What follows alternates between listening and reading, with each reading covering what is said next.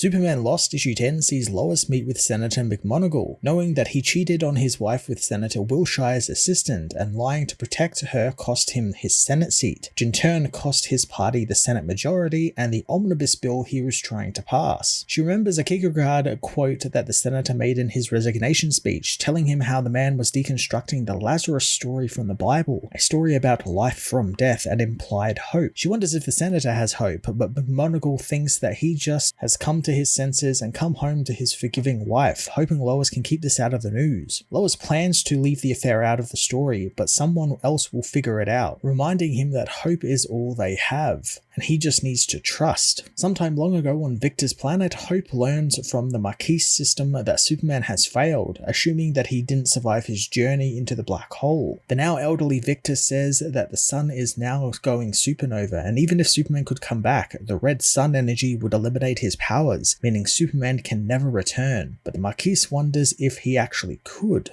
Hope grieves the loss of Superman, and one day after having a shower, finds one of his old hairbrushes, getting an idea. In the present, the pregnant Hope arrives on Earth, much to Lois's chagrin. She demands that the glowing lady get away from Clark Kent's window, lest someone see, but Clark doesn't think that anyone else can actually see her. He talks with her in an alien language they only know, and Bruce tries to leave, but Lois demands he stay until she knows what the hell is going on. In the alien language, Superman tells Hope that she shouldn't have come, but the Lantern knows that she had to, since before the ship was destroyed, it returned his telemetry data to her, and she followed it to bring back help, as the Lantern ring now made a more solid copy of the journey to Earth. Lois figures that she should know what the hell they are talking about, but Bruce gets a text wanting to use Lois's laptop. Hope thinks that the Lantern Corps can help them save Victor's planet, as Superman notices Bruce doing something on the laptop, learning that in Kaznia, a separatist faction has launched a surprise attack on the disputed territories.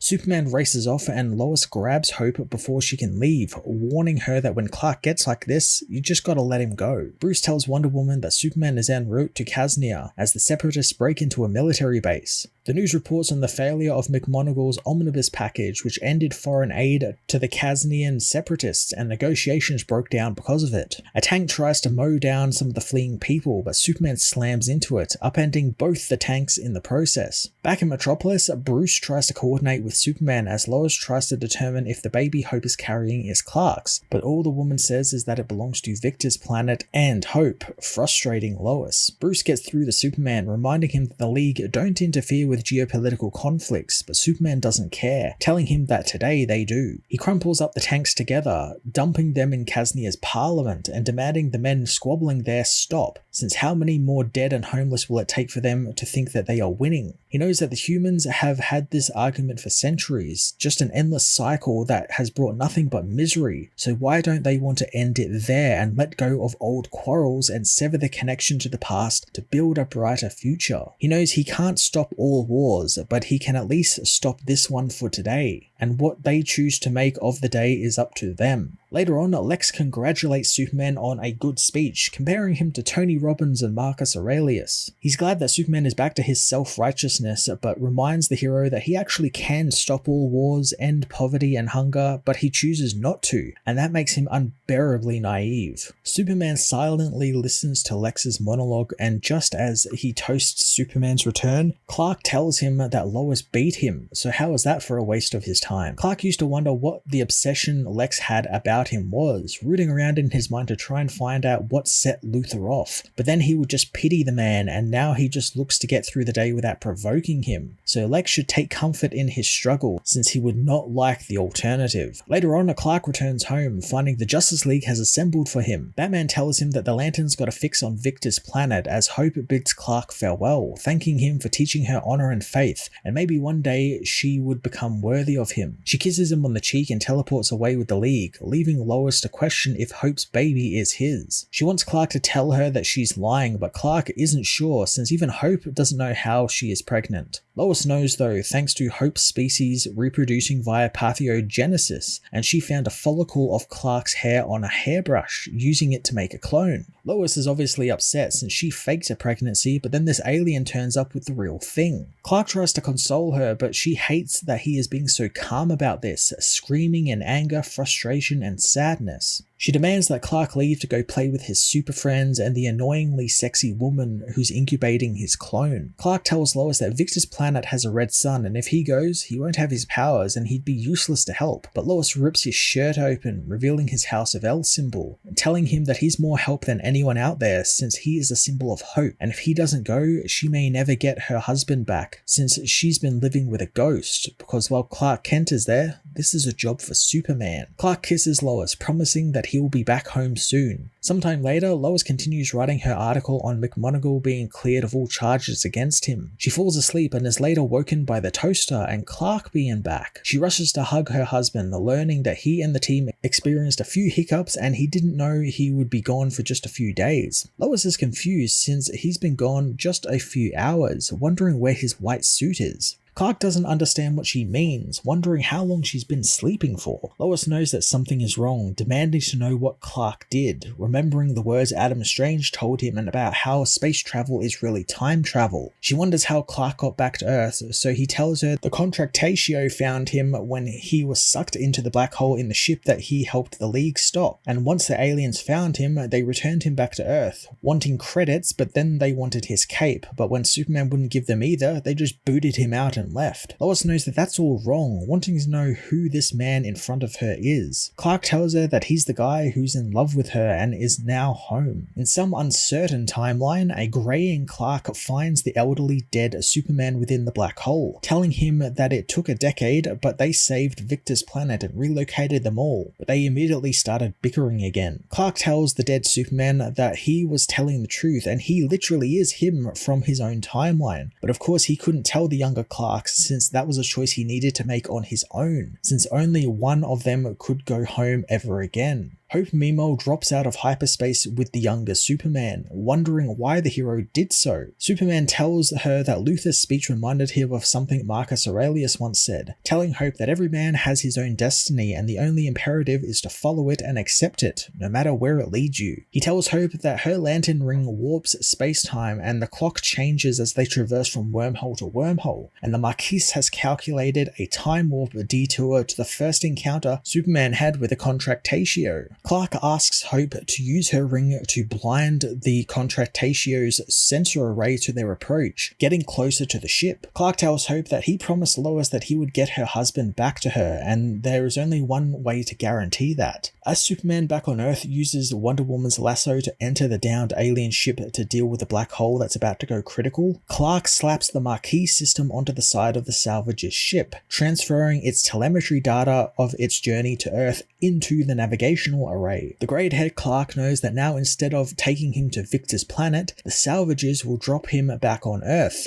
minus the trauma of a 20-year odyssey. He knows that Lois will pick up on the mystery of it all and demand answers, but she will trust the choice Clark made, for her, for Earth, and for Victor's planet, all to send them back the man she loves. The graying Superman seals the old Superman in a pod, wondering how many times they have made this choice to give hope to hopelessness. The Superman finishes his message, hoping that it finds those who come after them. He knows that hope for Victor's planet was found on a single strand of hair, its DNA used to right a terrible wrong and banish ignorance and unite a divided people and shine brightest day into darkest night. In some future, Hope gives birth to her baby, revealing it wasn't Clark's, it was Jimmy's, and she did it to atone for the boy's death, making him the first Arcasian boy to be born a citizen of the Republic. Clark knows that Hope claims the child belonged to him and Victor's planet was lost in translation, and it was really Jemmy's child she carried. The hero thinks about now that leaves him exactly where his future self knew he'd be, with a new mission, to protect Earth and to protect Lois by showing others the way and being a gatekeeper of hope.